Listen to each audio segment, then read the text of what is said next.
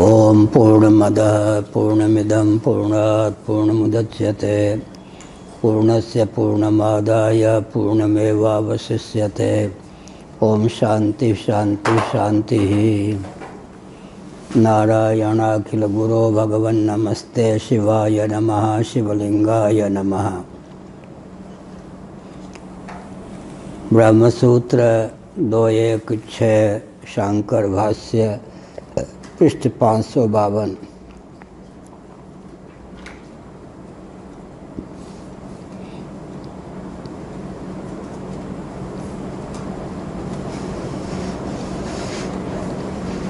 अथ चैतन्यस्येति वक्तव्यं। प्रथमे विकल्पे समस्त प्रकृति विकारोच्छेद प्रसंगः न यसत्यतिशये प्रकृति विकारिति भवति। द्वितीये च असिद्धत्वं दृश्यते हि सत्ता लक्षणो ब्रह्मस्वभाव आकाशादिषु अनुवर्तमान इत्युक्तम्।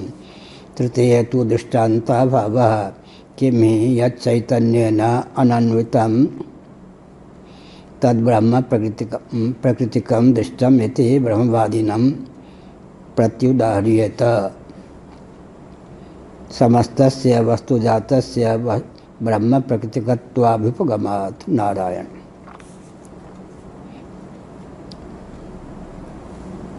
विषय यह चल रहा है कि वेदांत प्रस्थान के अनुसार अर्थात औपनिषद सिद्धांत के अनुसार ब्रह्म जो कि सच्चिदानंद स्वरूप है वह जगत का अभिन्न निमित्तोपादान कारण है। जगत का निर्माता भी वही है, जगत के रूप में उद्भासित होने वाला भी वही है।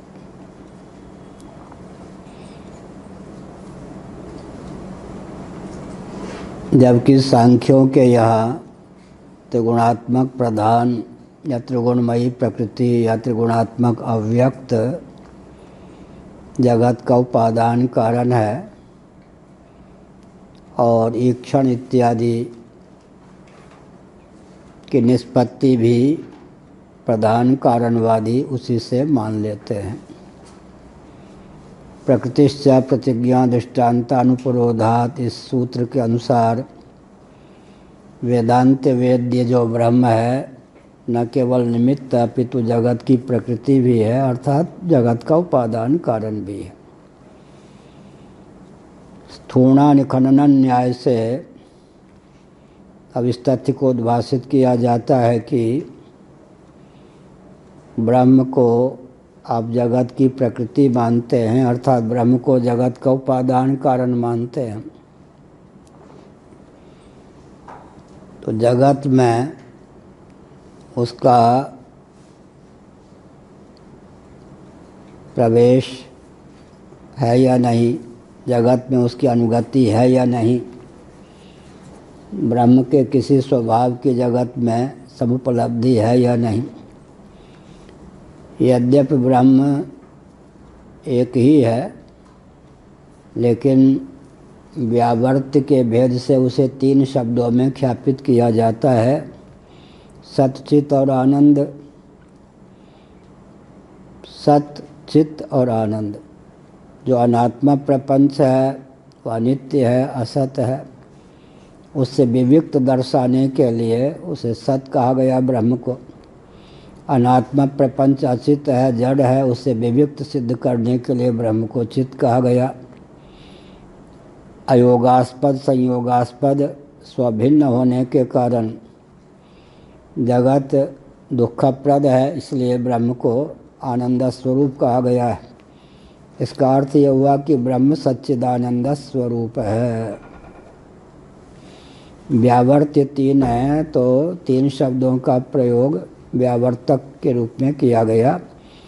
लेकिन सत्यम ब्रह्म, ज्ञानम ब्रह्म, आनंदम ब्रह्म, आनंदो ब्रह्म, प्रतिषेध मुख से कहें तो अनंतम ब्रह्म, ये जो विशेषण दिए गए हैं ये केवल व्यावर्तक नहीं है सजाति के, अभी तो लक्षण कोटि के हैं। तैत्तरीय उपनिषद के भाष्य में भगवत्पाद शंकराचार्य महाभाग ने इस तथ्य को ख्यापित किया। अवकाश प्रदात्रा अवकाश को प्रदान करने वाला होने के कारण आकाश को आकाश कहते हैं। जो अवकाश प्रदायक हो उसका नाम आकाश है। तो ये लक्षण हो गया। ठीक इसी प्रकार से सत्यम, ज्ञानम, अनंतम, आनंदम ये सब केवल विशेषण नहीं है बल्कि लक्ष्य को ख्यापित करने वाले विशेषण हैं, यह भी कहा गया। तो विवक्षावसात ब्रह्म के सतचित आनंद को स्वभाव मान लिया गया। अब ब्रह्म के किसी स्वभाव की अनुगति यदि प्रपंच में नहीं है, जगत में नहीं है, तो जगत ब्रह्म प्राकृतिक है। ब्रह्म प्राकृतिक माने जगत का उपादान कारण ब्रह्म है, इसमें क्या प्रमाण। अब ऐसा आग्रह कि सतचित आनंद तीनों विशेषणों की अभिव्यक्ति होनी चाहिए, उस पर मैंने कहा था पंचदशी के आधार पर उदाहरण दे करके कि अभिव्यंजक संस्थान की योग्यता के अनुसार अभिव्यंग की आंशिक या समग्र अभिव्यक्ति होती है, अन्यथा नहीं। जैसे नीचे चूल्हा है, आग प्रज्वलित है, ऊपर बटलोई है, उसमें पानी रखा हुआ है। अग्नि में जो दाहकता है उसकी अभिव्यक्ति गर्म जल में है, अर्थात जल के माध्यम से वह्निनिष्ठ दाहकता की अभिव्यक्ति हो गई। लेकिन जो गर्म जल है वो प्रकाशक तो नहीं है, तो प्रकाश का अभिव्यंजक न होने पर भी बटलोई में रखा हुआ जो जल है वो उष्णता का अभिव्यंजक है। अब अगर आग जल रही है और मंत्र मणि औषधि के प्रभाव से किसी ने दायिका शक्ति को अवरुद्ध कर दिया मंत्र के प्रभाव से, या चंद्रकांत मणि के सानिध्य से अग्नि की दायिका शक्ति निरुद्ध हो गई। इसी प्रकार घृतकुमारी आदि के माध्यम से जहाँ दायिका शक्ति निरुद्ध हो जाती है तो प्रकाश तो है पर दाह नहीं है। लेकिन ईंधन जो है शीशम आदि के काष्ठ लकड़ी, उसके माध्यम से अग्नि के दोनों स्वभाव की अभिव्यक्ति हो जाती है। दाहक स्वभाव भी है अग्नि, दाहकता भी उसका स्वभाव है, प्रकाशकता भी उसका स्वभाव है। तो किसी भी वस्तु के समग्र स्वरूप को समझने के लिए अभिव्यंजक संस्थान की अपेक्षा है। अगर अभिव्यंजक संस्थान न हो या उसकी हमें जानकारी न हो तो वस्तु का अस्तित्व होने पर भी उसके अस्तित्व का निषेध कर देंगे। उदाहरण हमने दिया था कि राहु केतु तो है, लेकिन सूर्य चंद्र हों, अमावस्या पूर्णिमा तिथि का योग हो तब जाकर ग्रहण की अभिव्यक्ति होती है। तो सूर्य चंद्र के माध्यम से अमुक तिथि में अमुक मास में क्या होता है, राहु का भी दर्शन हो जाता है। दूरी की दृष्टि से भी बहुत अंतराल है, लेकिन अभिव्यंजक संस्थान, कदाचित कोई अभिव्यंजक संस्थान न हो तो वस्तु की विद्यमानता होने पर भी वस्तु की अभिव्यक्ति नहीं होगी। जब वस्तु की अभिव्यक्ति नहीं होगी तो व्यक्ति कह देगा वो वस्तु ही नहीं है। इसी प्रकार से अब सब शरीर है, सब शरीर में आत्मा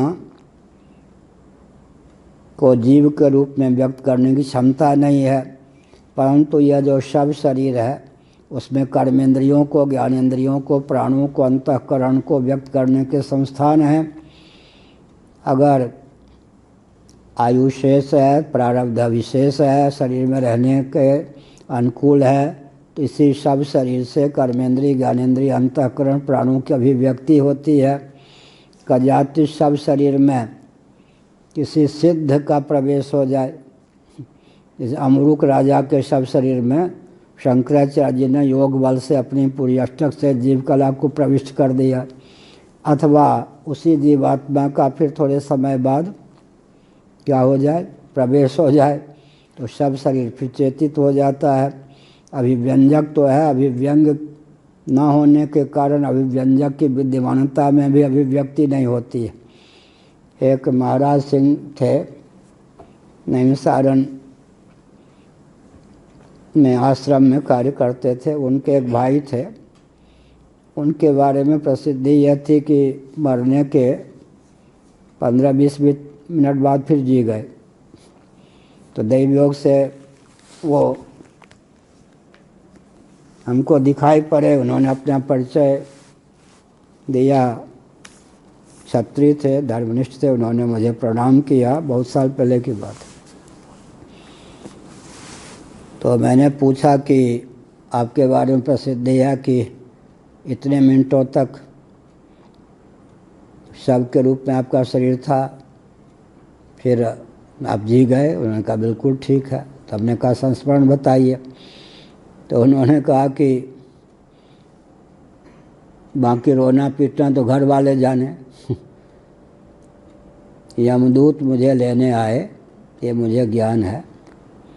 यमदूत ले गए, यमराज के सामने जाकर रख दिया। यमराज ने कहा है, इस व्यक्ति को लाने के लिए मैंने नहीं कहा था, इस व्यक्ति का जो नाम है उस नाम वाला व्यक्ति अमुक गांव में है, उसको लाने के लिए कहा था। क्या भूल की तुम लोगों ने? कभी कभी वहाँ भी भूल होती है। अरे क्यों नहीं, उतने समय के लिए उसका प्रारब्ध मरने का होगा, जो भी बात सच्ची है ये।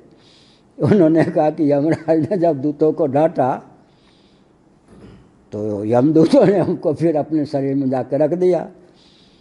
उसके बाद तो फिर रोना पीटना सब बंद। अरे बड़ा आश्चर्य हुआ, बड़ा आश्चर्य हुआ। मैंने कहा घड़ी देखो।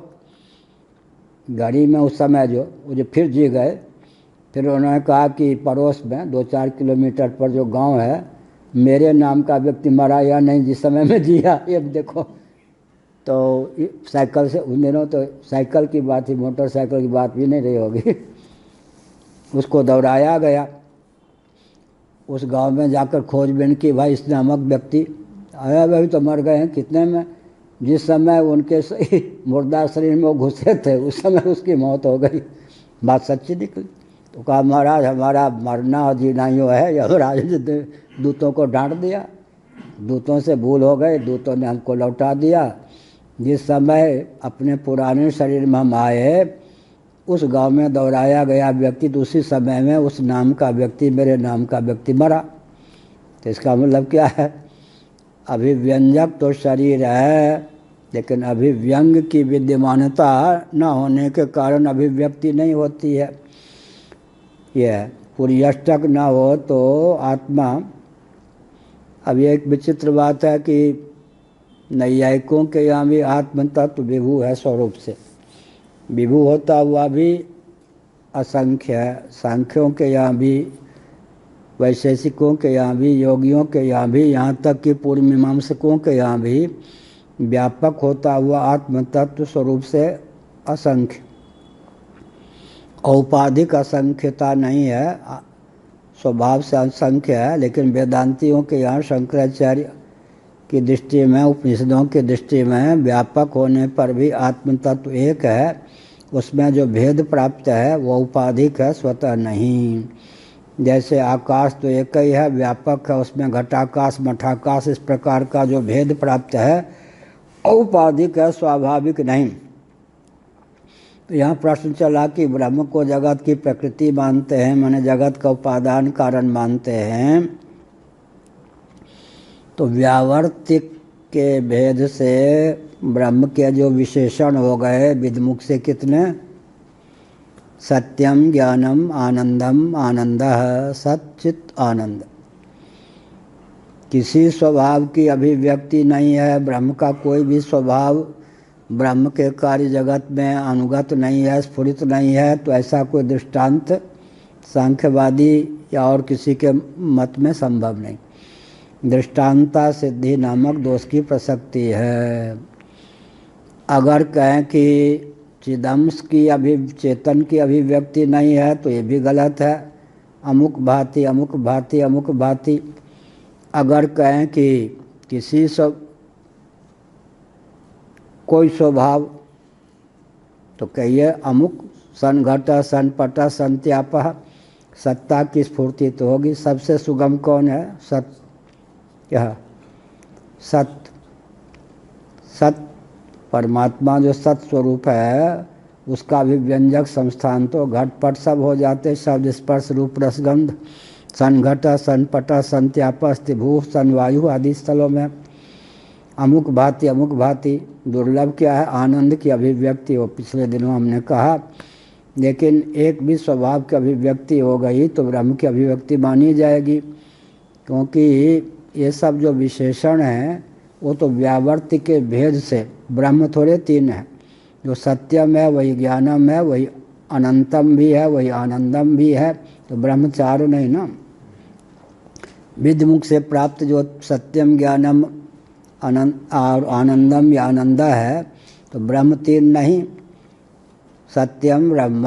अब जिज्ञासा हुई कि चित्त है या नहीं, सत होता हुआ भी क्या पता चेतन ना हो, तो कहा ज्ञानम ब्रह्म। सच्चित होता हुआ भी आनंद है या नहीं, क्योंकि जब तक सच्चित तत्व आत्मा सिद्ध ना हो तब तक आनंद स्वरूप कैसे सिद्ध होगा, इसलिए कहा कि आनंदम ब्रह्म। इसका अर्थ क्या हुआ, ब्रह्म के किसी स्वभाव की अभिव्यक्ति नहीं है, ऐसा कोई दृष्टांत नहीं है। और सत्य की अभिव्यक्ति तो आकाश आदि में है ही, कहीं कहीं व्यामोह हो जाता है, आकाश से सत्ता व्योमना सत्ता, आकाश की सत्ता, तो यही माया की चमत्कृति है। क्या है माया की चमत्कृति, धार्मिक को धर्म, धर्म को धार्मिक के रूप में दिखा दे, उलटफेर किए बिना उलटफेर दिखा दे। सत का आकाश होता है या आकाश का सत होता है, हाँ, लेकिन आकाश से सत्ता व्योमना सत्ता जब कहते हैं तो सत नीचे हो गया, आकाश ऊपर हो गया।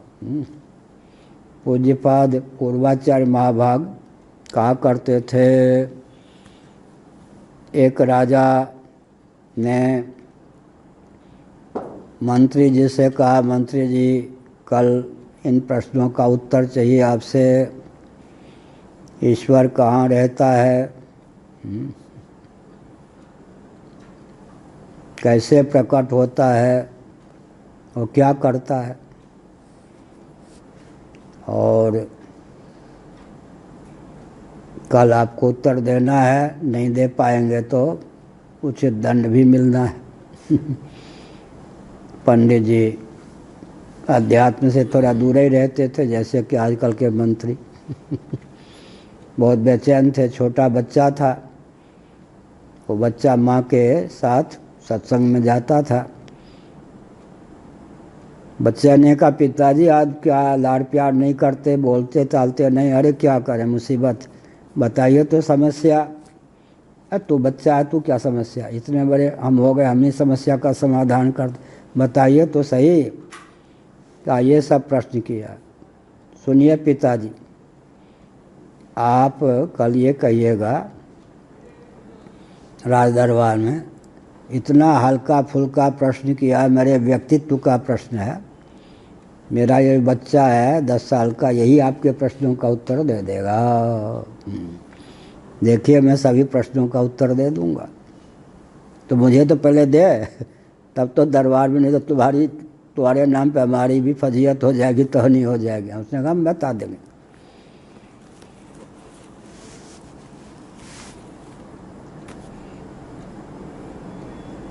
ईश्वर क्या करता है,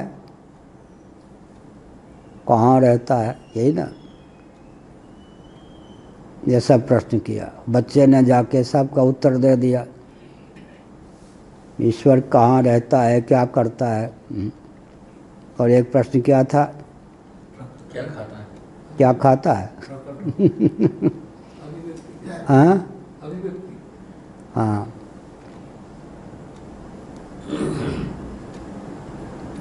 तो बच्चे को ले गए दरबार में, यही उत्तर दे देगा, ठीक। तो बच्चा उत्तर दो, आपके दरबार में पहली बार आया हूँ, बच्चा हूँ, कुछ दूध तो पिलाइए। एक कटोरा, हाँ भाई बात तो ठीक कहते हैं, ये हमारे यहाँ है ना, ये तो बच्चा है, एक कटोरा दूध। अब यूँ करे वो, ये कुछ विक्षिप्त लगता है, नहीं विक्षिप्त नहीं हूँ, ठीक है। आपके प्रश्न का उत्तर दे रहा हूँ, इसमें घी कहाँ है देख रहा हूँ, मक्खन कहाँ है। बच्चा है तू। अरे इसको गर्म किया जाएगा, दही का रूप दिया जाएगा, मथा जाएगा, उसके बाद घी निकलेगी। आपके प्रश्न का उत्तर हो गया। श्रवण मनन निधिध्यासन के द्वारा वो प्रकट होता है। आपके हृदय में भी ईश्वर है, व्यापक है। अच्छा, ये हुआ। फिर और भी एक प्रश्न कहते, फिर ईश्वर क्या करता है? उन्होंने कहा कि आप प्रश्न करने वाले शिष्य हुए या नहीं, मैं उत्तर दे रहा हूँ। गुरु को नीचे खड़ा करके प्रश्न किया जाता है, ऊपर बैठे रहे चेला। हाँ, ये भूल हो गई भाई, बच्चा भले ही है। नीचे आ गए, जहाँ वो था बच्चा, ऊपर। यही करता है ईश्वर, ऊपर वाले को नीचे कर देता, नीचे वाले को ऊपर कर देता है।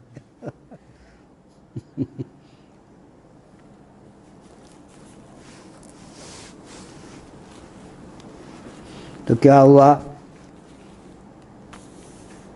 इसी प्रकार यहाँ कहा कि सतचित आनंद, सत का भी व्यंजक कौन है? आकाश इत्यादि सब पदार्थ हैं। न हयसति अतिशय प्रकृति विकारिति प्रभति।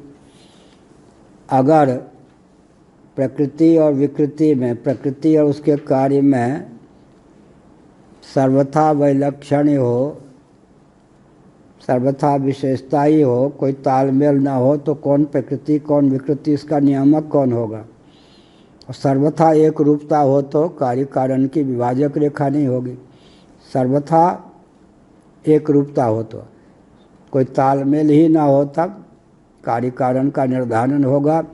किसी अंश में साम्य, किसी अंश में वैषम्य, यही प्रकृति विकृति का लक्षण है, यही उपादान कारण उपादेय का लक्षण है। नहीं असति अतिशय प्रकृति विकारिति भवति। द्वितीय च सिद्धत्वं दृश्यते ही सत्ता लक्षणों ब्रह्म स्वभाव आकाशादिषु अनुवर्तमान इत्युक्तम। व्योमना सत्ता, आकाश सत्ता आदि स्थलों में, सन घटा सन पट आदि स्थलों में सत्ता लक्षण जो ब्रह्म का स्वभाव है, उसकी अनुवृत्ति दिखाई पड़ती है, दृष्टिगोचर है। यही एक बढ़िया बात है। क्या उपाधि की क्या विलक्षणता होती है? अदृश्य को दृश्य बना दे। सीधा जो सत तत्व है वो किसी के अधिगम का विषय होगा, लेकिन उपाधि ने क्या किया? घट पट आकाश वायु तेज जल, ये सब उपाधि ने क्या किया? कार्य ने क्या कर दिया? सत्ता जो अनुभव्य नहीं है, सत्स्वरूप जो अनुभव का विषय नहीं है, उसको अनुभव का विषय बना दिया या नहीं? क्या दर्पण ने क्या किया? नेत्र का भी प्रतिफलन करके दिखा दिया, मुखचंद्र को भी दिखा दिया। तो नाम रूपात्मक जो जगत है, इसकी क्या विशेषता हुई? अधिगम का जो विषय नहीं है, दृश्य नहीं हो सकता है, उसको भी अधिगम का विषय बना करके उसके प्रति पूर्ण आस्था उत्पन्न कर दे। ये विशेषता हो गई। नाम रूपात्मक जगत की क्या विशेषता गौड़पादाचार्य जी ने बताई? उपाय सो बता रहा। जगत का आलम्बन लिए बिना जो ब्रह्म तत्व है, अवांग मनस गोचर, सबका अधिष्ठान है, सर्वोपादान है, उसका अधिगम हो ही नहीं सकता। यही उपाधि की विशेषता है, जगत की विशेषता है कि नाम रूपात्मक जगत का आलम्बन लेकर हम क्या है? सत्य का अनुभव कर सकते हैं। अननुभाव्य को अनुभाव्य बना देना, ये उपाधि की विशेषता हो गई। नाम रूप द्वय ईश उपाधि। आगे क्या कहा? सुसामुझी साधी। साधी कहा या बाधी? तो उपाधि का अर्थ यहाँ पर क्या हुआ? उपव्याख्यान। मांडुक्य उपनिषद में जिसका कहा गया उपव्याख्यान, उपव्याख्यान समीपता से बताने वाला, उसी को यहाँ पर कहा उपाधि। बाधी नहीं कहा, साधी। नाम रूप द्वय ईश उपाधि सुसामुज साधि। और नाम और रूप जो है ईश्वर की उपाधि हैं। उपाधि है क्या मतलब क्या? अभिव्यंजक संस्थान है। उपव्याख्यान, उपाधि का अर्थ यहाँ पर है अभिव्यंजक संस्थान, जो अनुभव स्वरूप है, अनुभव्य नहीं है, सर्वाधिष्ठान है। उसको नाम रूप की उपाधि के माध्यम से हम दर्शन कर सकते हैं, जान सकते हैं। वो अभिव्यंजक संस्थान बन जाए, इसलिए उपव्याख्यान के अर्थ में उपाधि शब्द का प्रयोग तुलसीदास जी ने किया।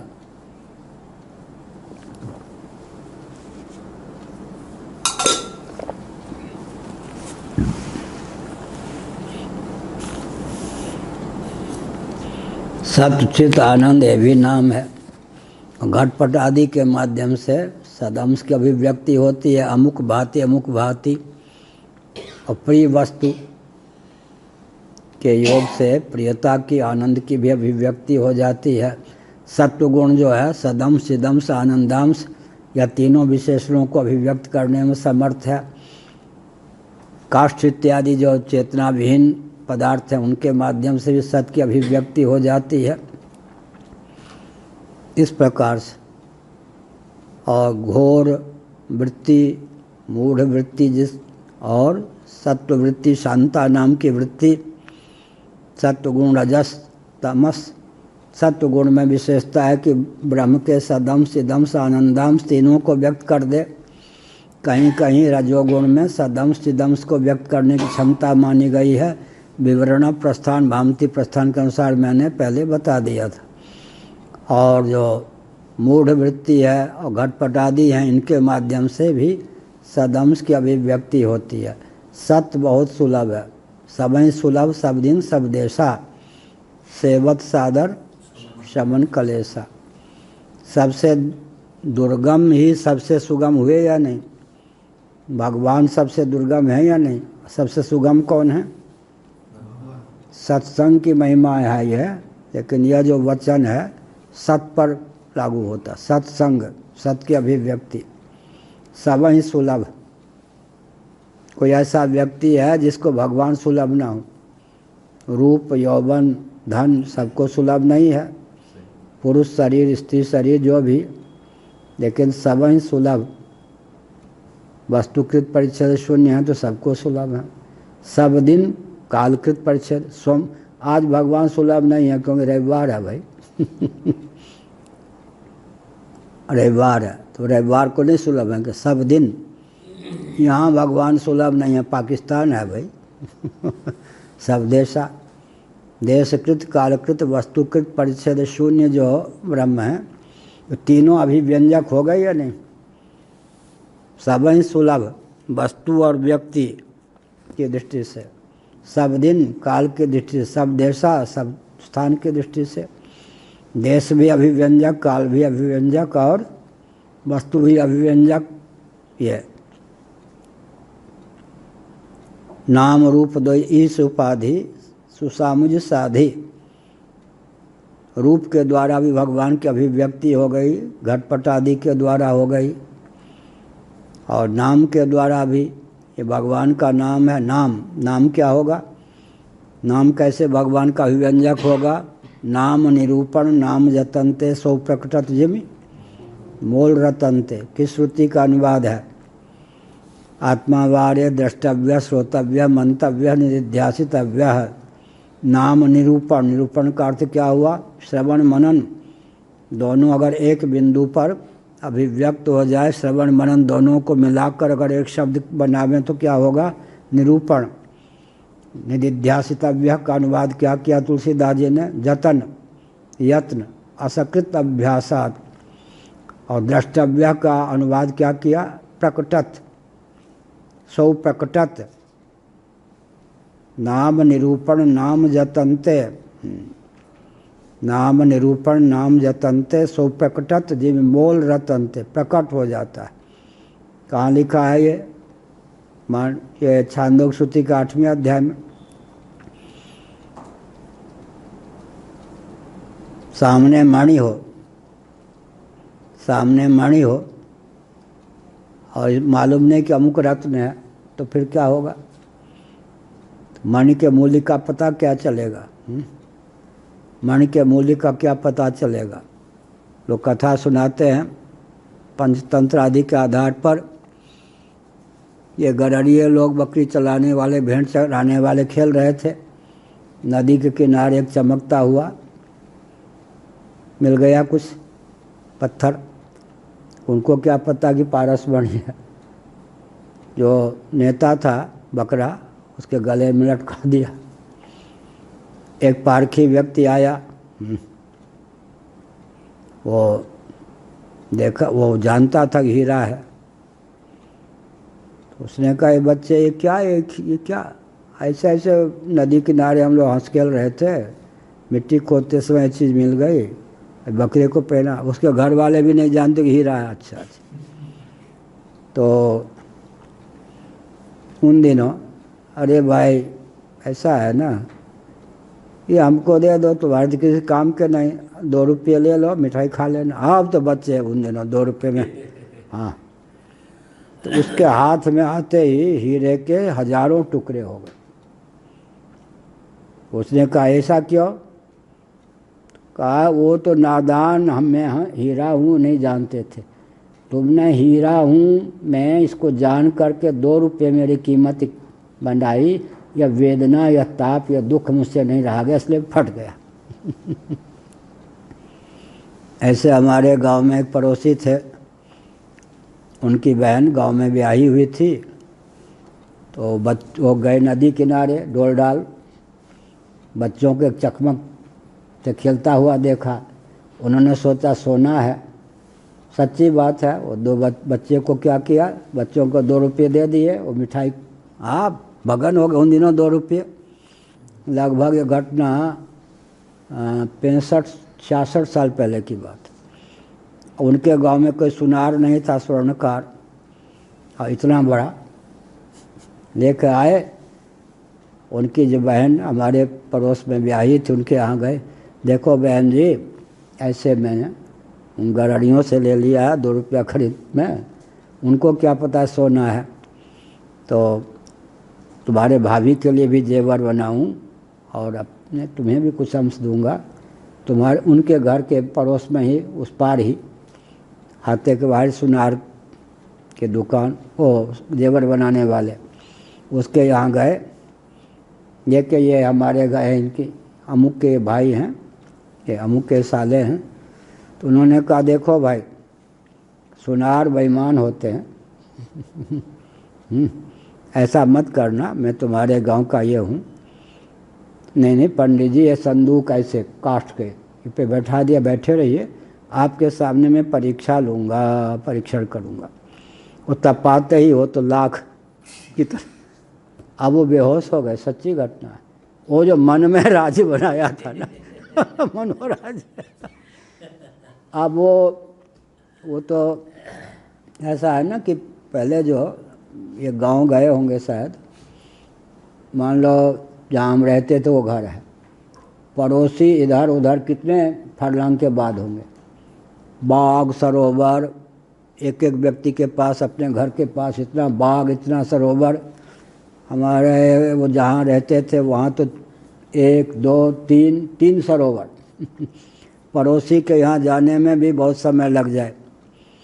तो वो लाद करके लाए गए। बड़ी दुर्दशा हुई पंडित जी के, मनोराज्य में विघ्न। तो इसका मतलब क्या हुआ? नाम निरूपण नाम जतनते सो प्रकटत जीव मोल रतनते। अमुक ये रत्न है, अमुक ये रत्न है, करतलगत न परे पहचाने, रूप विशेष नाम बिनु जाने, करतलगत न परे पहचाने, सो प्रकटत जीव मोल रतनते। तुलसीदास जी ने कहा। तो नाम भी अभिव्यंजक है, रूप भी अभिव्यंजक है। आत्मा पहले से ब्रह्म है या नहीं? तत्त्वमसि अहम ब्रह्मास्मि, ये भी तो नाम ही है ना। अहम भी नाम है, ब्रह्म भी नाम है, अस भी नाम है। इनके द्वारा सौ प्रकटत आत्मा की ब्रह्मरूपता की अभिव्यक्ति हो जाती है। तो ये कहा, दृश्यते ही सत्ता लक्षणो ब्रह्म स्वभाव आकाशादिशो निवर्तमान इत्युक्तम। तृतीय तो दृष्टान्ता भाव, चिदंश माने चैतन्य, रूप जो है उसकी अभिव्यक्ति कहीं नहीं है। किम ही यत् चैतन्येन अनन्वितम तद ब्रह्म प्रकृतिकम दृष्टम इति ब्रह्मवादिनम प्रत्युदाहरियेत। ये सांख्यवादियों, तुम्हारे यहाँ कोई ऐसा दृष्टांत है? कैसा दृष्टांत? जो चैतन्य से अननुगत हो, अनन्वित हो। एक भी दृष्टांत नहीं तुम्हारे यहाँ। दृष्टांता सिद्धि नामक दोष की प्राप्ति होगी। हमारे पक्ष पर अगर आक्रमण करोगे, तुम एक भी दृष्टांत ऐसा नहीं दे सकोगे जिसमें चित धातु की अनुगति न हो, अनन्वित हो कोई पदार्थ, ऐसा नहीं। समस्तस्य वस्तुजातस्य ब्रह्म प्रकृतिकत्वाभिपगमात्, जो भी कार्य प्रपंच है या कारण के रूप में मान लो बीच में माया शक्ति है, ये सब के सब ब्रह्म प्रकृतिक होने के कारण विशेषकर जो भी कार्य प्रपंच है हमने ब्रह्म का कार्य मान लिया। समस्तस्य वस्तुजात, जात माने समूह, वस्तुजातस्य प्रकृतिश्चेत ब्रह्म प्रकृतिकत्वाभिगमात्, क्योंकि हमने सबको ब्रह्म प्रकृतिक माना है, ब्रह्म ही हमारे यहाँ सबका उपादान है, तो स्वभाव से ब्रह्म का जो चिदंश है ज्ञानम ब्रह्म, वो तो सब पदार्थ में है, नहीं तो किसी की सत्ता चित्ता प्रियता ही सिद्ध ना हो, ऐसा है। आगम विरोधस्तु प्रसिद्ध एवं, दृष्टांत भी हमने दे दिया कि ब्रह्म प्राकृतिक जगत होने के कारण जगत में सत्ता की भी और चित्ता की भी अनुगति प्राप्त है ही। और आप तो कम से कम ऐसा नहीं कह सकते कि ब्रह्म जगत का उपादान कारण नहीं है। एक विचित्र बात है, क्या आपने शास्त्र को मान लिया, तदैक्षत सैक्षान चक्रे, इतना ही नहीं ना, सो कामयत, इतना ही नहीं ना, बहुश्याम भी है, प्रजाएय भी है, सर्वम खलुदम ब्रह्मा भी है, फिर क्या करिएगा? और तदात्मानव स्वयं अकुरुत, इन सब श्रुतियों को कहाँ ले जाइएगा? इसका अर्थ हुआ, अगर आप वेदांत को न मानते, उपनिषदों को प्रमाण न मानते, वेदों को, उछल कूद ज़्यादा मचा सकते थे। आप तो निबद्ध हैं। क्या निबद्ध क्या है?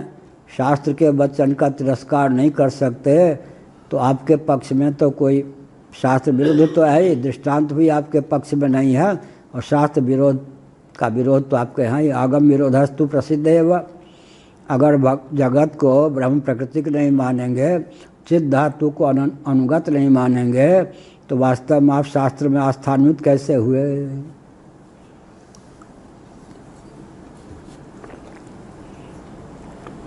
आर्य समाजी सज्जन वेद को प्रमाण मानते हैं, तो बन गए ना। वेद को प्रमाण माना तब तो वेद वचन को लेकर शास्त्रार्थ होगा कि इसका अभिप्राय ये है, इसका अभिप्राय ये है। ये नहीं कह सकते वेद को नहीं मानता। क्या वेद को नहीं मानता है तो नहीं कह सकते। और जो वेद को नहीं मानते हैं उनसे शास्त्रार्थ करने की क्या विधा है? तर्कपाद में आया, पूज्य गुरुदेव ने बताया था पढ़ाते समय, शास्त्र को प्रमाण मानने वालों के सामने शास्त्र की दुहाई देना, शास्त्र के वचन को उद्धृत करना ठीक है,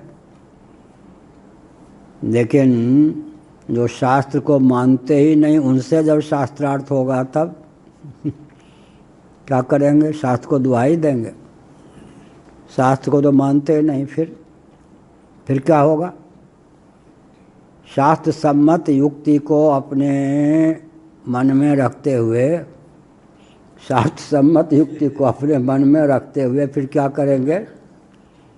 शास्त्र का नाम लिए बिना शास्त्र सम्मत युक्ति का आलम्बन लेकर उनको परास्त कर देंगे, जिनको जो शास्त्र नहीं मानते। तब वो कहेंगे अरे हमने जीवन भर इतना प्रयत्न किया, हमारे प्रयत्न पर, हमारे अध्ययन पर आपने पानी फेर दिया। तो कहेंगे जिसको आप नहीं मानते उसी के बल पर, आगमिक युक्ति के बल पर, तब उनका हमारी प्रबल युक्तियों के द्वारा क्या बिल्कुल पराजित होने पर, हतप्रभ होने पर उनको आश्चर्य होगा कि इनकी युक्ति इतनी प्रबल क्यों, हमारी युक्ति दुर्बल क्यों पड़ गई। तो हम कहेंगे जिससे आपको परहेज है उसी के बल पर तब आगम के प्रति शास्त्र के प्रति आस्थान्वित हो जाएंगे, ऐसा है। तो इसीलिए आज सामाजिक सज्जन बहुत अच्छे हैं, वेद को प्रमाण तो मानते हैं ना। जब वेद को प्रमाण मानते हैं तो ये नहीं कह सकते इस वचन को नहीं मानता। नरमूत्र पेय है, समझ गए मुरारजी देसाई जी, नरमूत्र पेय है, मूत्र होने के कारण गोमूत्र के समान।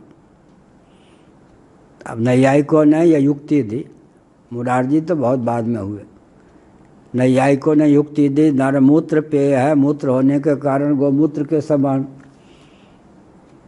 युक्ति की दृष्टि से पंचावयव 4 अवयव वाले वाक्य होते हैं तर्क शास्त्र के अनुसार। पक्ष होगा, साध्य होगा, हेतु होगा, दृष्टांत होगा, ये सब होगा। ये पक्ष, फिर क्या होगा साध्य, फिर क्या होगा हेतु रीजन साधन, फिर क्या होगा दृष्टांत, उपनय निगमम, ये सब चलता है। लेकिन कम से कम 4, पक्ष, पर्वत, साध्य, वह्निमान, वह्नि से युक्त है, हेतु धूम की अखंड लेखा धारा होने के कारण, उदाहरण जैसे महानस, महानस माने रसोई घर, महानस जैसे घर में आग जलाते हैं तो धुएं की अखंड धारा जो है, मानस में रसवती, रसवती में रस की क्या स्थिति, तत्वमसी की क्या स्थिति। पूर्वाचार्य जी ने एक वाक्य बनाया था, जब चौमासे होता था, चौमासा पर आया, वो राजस्थानी लोग कराते थे उनके, और कौन कराए, तो पूछते थे अलख या सर्वेश्वर, रसवती में तत्वमसी की क्या स्थिति। रसवती रसोई, संस्कृत में रसवती, तत्वमसी माने घृत, अपना पारिभाषिक शब्द बना रखा था। पुलिस होते हैं ना, तो रोज़ भाषा बदलते जाते शब्द। फूल, आज फूल का अर्थ ये होगा, पत्थर बोले चुपके बोलते हैं, इसका अर्थ आज ये होगा, वो बदलते रहते। तो वो उन्हीं के खेमे के व्यक्ति को उसका अर्थ मालूम पड़ता है, पुलिस वाले ऐसा। तो उन्होंने अपना बना रखा था तत्वमसी का अर्थ है घृत। अब वो तत्वमसी कौन अलख क्यों सर्वेश्वर, रसवती में तत्वमसी, कन्या राशि, आज नहीं जाऊंगा, सिंह राशि। अब फिर महाराज क्या करते थे, यहाँ तक अपने कटबस्त को लाके बांध के रसोई घर में घुस जाते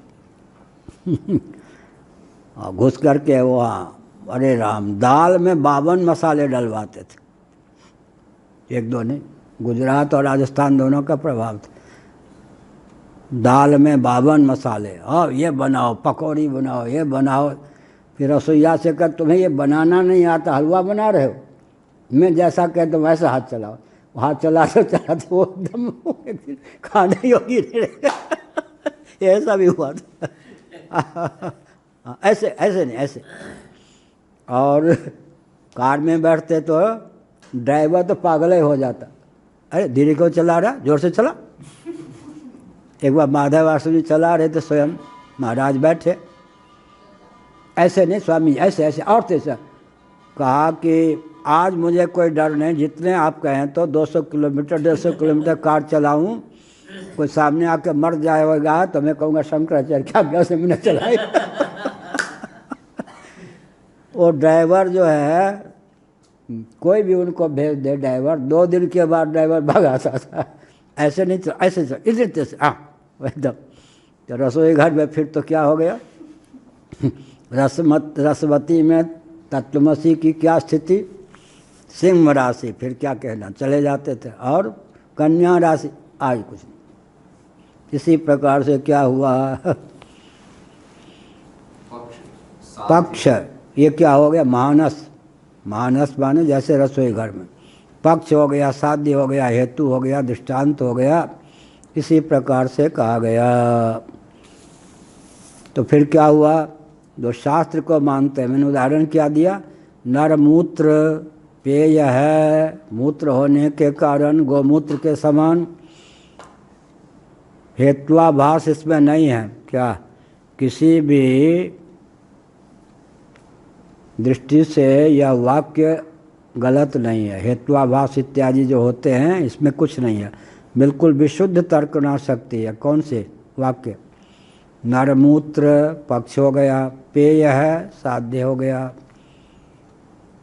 और क्या हुआ?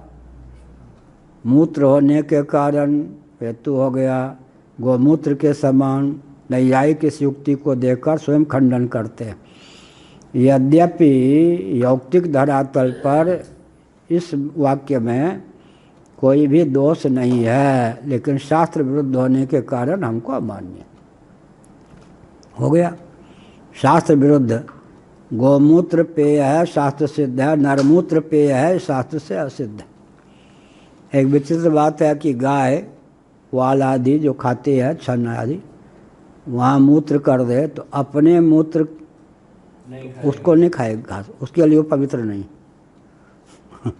हमारे आपके लिए पवित्र है, लेकिन गाय मूत्र दे तो जितने अंशों में वो मूत्र जले जाए वो खा। जो है संग साथी वाले वो भी नहीं खाएंगे। हाँ, तो उनके लिए नहीं, वो हमारे लिए पवित्र है, शास्त्र सिद्ध है। उनके लिए वो मूत्र ही है, हमारे लिए क्या है? पेय। हाँ सही बात है। हाँ देखो, गाय पालने वाले जानते होंगे। तो क्या हुआ?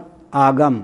इसीलिए कहा गया जो शास्त्र को मानते हैं भाई, उनको तो पकड़ करके मना लेने में आसानी।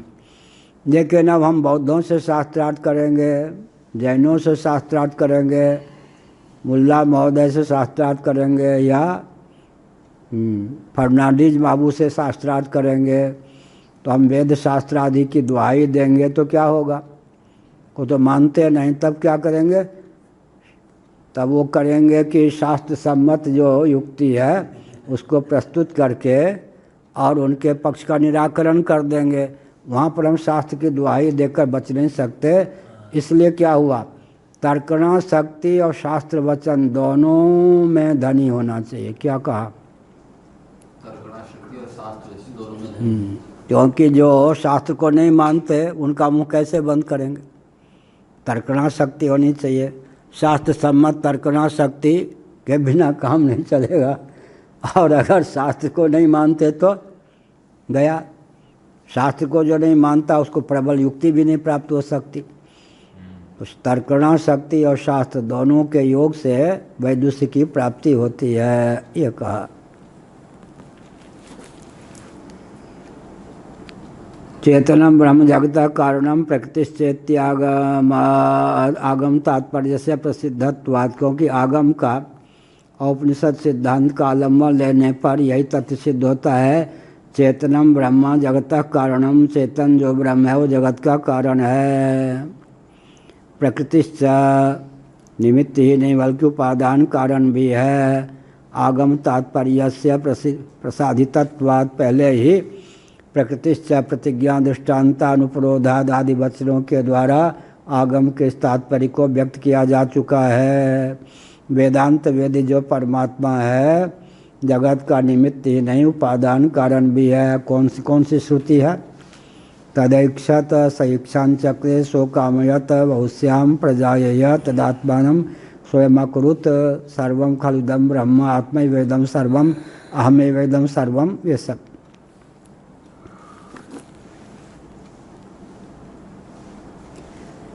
यत्तुक्तं परिनिष्पन्नत्वाद् ब्रह्मणि प्रमाणान्तराणि संभवेयुः इति तदपि मनोरथ मात्रम। यत्तु उक्तम, पहले जो कहा इस आक्षेप का परिहार करते हैं। माना कि जो धर्म है, बहुत कष्ट की बात ये होती है, छह जो आस्तिक दर्शन है उनको मानने वाले, चाहे नैयायिक हों, वैशेषिक हों, सांख्यवादी हों, योगी हों, पूर्व मीमांसक हों, उत्तर मीमांसक हों, धर्म को लेकर इनमें कोई मतभेद नहीं होता। क्योंकि वेदैक समधिगम्य, शास्त्रिक समधिगम्य धर्म होता है। सबसे जो सर्वमान्य जो सिद्धांत था वही सबके द्वारा उपेक्षित हो गए। क्या स्वतंत्र भारत की देखिए स्थिति, धर्म का नाम सुनते ही जैसे गाली। एक दिन जितेंद्र महापाजी बोल रहे थे, ठीक है, या वो तो सुना, और भी कोई परसों या क्या गोष्ठी में बोल रहे थे, यहाँ जितेंद्र जी नहीं थे, कोई और भी थे, बोल रहे थे सुप्रीम कोर्ट ने ये कहा है। अब लोगों के ऊपर सुप्रीम कोर्ट ने किस अभिप्राय से कहा, जज जो रहे होंगे जस्टिस आस्तिक रहे होंगे, लेकिन विधान के सांचे में ढांचे में ढालकर हिंदू धर्म को बचाने के लिए कहा होगा। हिंदू कोई धर्म नहीं है, एक विचारधारा है, बहुत दार्शनिक है, ये है वो है। अब वो भूत सवार हो गया आस्तिकों पर भी। हम हिंदू धर्म नहीं, हम कोई धार्मिक नहीं है, एक विचारधारा हमारी है, हिंदू धर्म नहीं है, एक विचारधारा है पवित्र। हेलो, धर्म शब्द माने हम अगर अपने को धार्मिक सिद्ध कर देंगे तो संकीर्ण विचार करके मरियल सलियल गलियल सिद्ध होंगे, यही हो गया ना। सार्वभौम, यहाँ जो वचन आया कि धर्म तो अनुष्ठेय है, साध्य है, शास्त्रिक सब अधिगम्य है, मैंने बताया। अग्निहोत्र साधन है और स्वर्ग साध्य है, इसका ज्ञान किसके द्वारा होगा? प्रत्यक्षादि प्रमाण की गति नहीं है। 25 माताएं खड़ी कर दी जाएं, इसमें माँ ये है, बहन ये है, नानी ये है, मौसी ये है, भाभी ये है, नानी ये है, स्त्री ये है, बेटी ये है, इसका ज्ञान कैसे होगा जी? धर्म तो शास्त्रिक समधिगम्य ये मान लिया, लेकिन ब्रह्म तो सिद्ध पदार्थ है ना। तो सिद्ध पदार्थ जो ब्रह्म है उसके लिए आप केवल शास्त्रिक समधिगम्य कैसे कह सकते? पूर्व पक्ष है, वो तो युक्ति आदि की गति भी होनी चाहिए सिद्ध पदार्थ में। अब प्रश्न करते हैं कि सिद्ध पदार्थ के कितने भेद हैं जी? पृथ्वी भी सिद्ध है, हाँ समय भी हो गया, पृथ्वी भी सिद्ध है, जल भी सिद्ध है, तेज भी सिद्ध है, वायु भी सिद्ध है, आकाश भी सिद्ध है, अहम तत्व भी सिद्ध पदार्थ है, महतत्व भी सिद्ध पदार्थ है, प्रकृति भी सिद्ध पदार्थ है, ब्रह्म भी सिद्ध पदार्थ है। तो जरा वायु को देख लो आँख से, आकाश को आँख से देख लो। क्या अर्थ हुआ? सिद्ध पदार्थों में भी तारतम्य है या नहीं? युक्ति की गति किस सिद्ध पदार्थ में हो सकती है, किस में नहीं? किस में नासिका की गति हो सकती है, किस में नहीं? किस में रसनेन्द्रिय की गति है, किस में नहीं? किस में नेत्र की गति है, किस में नहीं? किस में त्वक इंद्रिय की गति है, किस में नहीं? किस में श्रोत्रेंद्रिय की गति है, किस में नहीं? और किस में मन की गति है, किस में नहीं? किस में इंद्रियों की गति है, किस में नहीं? सिद्ध पदार्थों में भी तो तारतम्य है ना। कार्य कोटि का सिद्ध पदार्थ, कारण कोटि का सिद्ध पदार्थ, और अंत में कार्य कारुणातीत कोटि का सिद्ध पदार्थ। जिस ब्रह्म को आप सिद्ध मानते हो वो भी शास्त्रिक समधिगम्य है, क्योंकि जातीय गुण क्रिया संबंध रूढ़ी को लेकर साक्षात अभिधावृत्ति से शब्दों की प्रवृत्ति होती है। शब्दों की प्रवृत्ति के बाहर है। बड़ी विचित्र बात। जिसका आलम्बन लिए बिना जान नहीं सकते और जिसका आलम्बन लेकर जान नहीं सकते, फिर आ भी ना जाए सहा भी ना जाए। सबसे सूक्ष्म साधन कौन है? शब्द। गंधयुक्त, रसयुक्त, रूपयुक्त, स्पर्शयुक्त, शब्दयुक्त सब पदार्थों का निरूपण किससे होगा? शब्द से। और शब्दातीत का निरूपण भी किससे होगा? कालातीत का निरूपण भी शब्द से होगा, कालगर्भित शब्द का भी निरूपण शब्द से होगा। तो शब्द यतो वाचो निवर्तन्ते अप्राप्य मनसा सह, अविधावृत्ति से गति नहीं है, लेकिन शब्द के अतिरिक्त कोई गति भी नहीं हमारे पास। ये जो कहा कि ब्रह्म जो है परिनिष्ठितत्वाद माने सिद्धत्वाद, सिद्ध है ब्रह्मणि ब्रह्म, उसमें प्रमाणांतराणि संभवेयुः। प्रमाणांतर का अर्थ हुआ कि प्रत्यक्ष अनुमान आदि, प्रत्यक्ष अनुमान आदि की गति हो सकती है, उपमान की, यह सब। केवल शब्द की आगम की गति क्यों मानते हो? तदपि मनोरथ मात्रम, ये भी केवल मनोरथ मात्र है। क्योंकि 3 लोक से मथुरा नारी वेदांत वेद्य जो ब्रह्म है निरुपाधिक है, अतः व्यावृत्ति के द्वारा तद निरसन के द्वारा उसका निषेध गर्भित विद्मुख से ग्रहण होता है। केवल युक्ति की अगर गति भी है तो मंतव्य है आगमिक युक्ति के द्वारा ही अनुग्रह करके श्रुति ने जो युक्ति प्रस्तुत की है उसी के द्वारा उसका अधिगम हो सकता है, अन्यथा नहीं। तो अभी 2 दिन हमारे लग गए उपनिषदों में किस वस्तु की सिद्धि के लिए कितनी युक्तियां हैं ये संकलित करने में 2 दिन हमारे लग गए। अब उसको फिर प्रमाण पक्ष में ढालेंगे, वचन सब एकत्रित हो गया। रूपाद्य भावाध्य नायम अर्थ प्रत्यक्ष से गोचर है। अब कहते तो प्रत्यक्ष रूपादि, पहले मैंने कहा शब्द स्पर्श रूप रसगंध में 5 इंद्रियों के विषय की गति किसमें होगी? किसी में। गंध में किसकी गति होगी? रस के ग्रहण में। रसयुक्त वस्तु है, गंधयुक्त वस्तु है, तो रूपादि का भाव होने के कारण यह जो अर्थ है भाव तत्व है प्रत्यक्ष प्रमाण का विषय नहीं हो सकता। लिंगाद्य भावाच्य नानुमानादि। अब अनुमान इत्यादि की जो गति होती है वो तो लिंग को लेकर, लिंग माने अनुमापक है, धूमादि लिंग को लेकर वो तो अलिंग है। इसका मतलब क्या हुआ? अनुमान अर्थापत्ति उपमान आदि की भी गति नहीं हो सकती। तो केवल एक प्रमाण बच गया, शब्द आगम। आगम प्रमाण के द्वारा ही उस ब्रह्म की गति हो सकती है, भले ही वो सिद्ध पदार्थ हो, लेकिन घटादि के समान, मालपुआ रबड़ी कचौरी के समान, पृथ्वी जल तेज वायु के समान भी वह नहीं है। उत्तरोत्तर जो ऊपर के तत्व होते हैं उसमें प्रत्यक्ष की गति भी कुंठित होती जाती है। क्या पार्थिव पदार्थ में 5 इंद्रियों की गति हो जाएगी, और जो जल ही है केवल संसर्ग से गंध है ना, सोता तो उसमें फिर नासिका की गति नहीं होगी, और तेज में रसनेन्द्रिय की भी गति नहीं होगी, और वायु में नीचे के 3 इंद्रियों की गति नहीं होगी, आकाश में श्रोतेन्द्रिय के सन्निकट निर्विशेषता का आलम्बन लेंगे ना। तो प्रत्यक्ष प्रमाण में भी जितने करण हैं एक एक करके अपना, क्या कहते हैं वृंदावन वाले, राधा रानी किसी बहाने अपनी सखियों के साथ नंदगांव की ओर जा रही थीं, पैदल सखियों में थकती गई, एक एक पीछे हटती गई। अच्छा लौटती नहीं हो तो मैं तो चली घर, मैं तो चली घर, मैं तो चली घर। अंत में सब सखी ने साथ छोड़ दिया, अकेले राधा रानी रह गई। भगवान श्री कृष्ण इसी बात को जोहते भी थे, श्री कृष्ण भगवान मिल गए। वो जो ब्रजवासी दिखाते ना लीला, ऐसे क्या हुआ?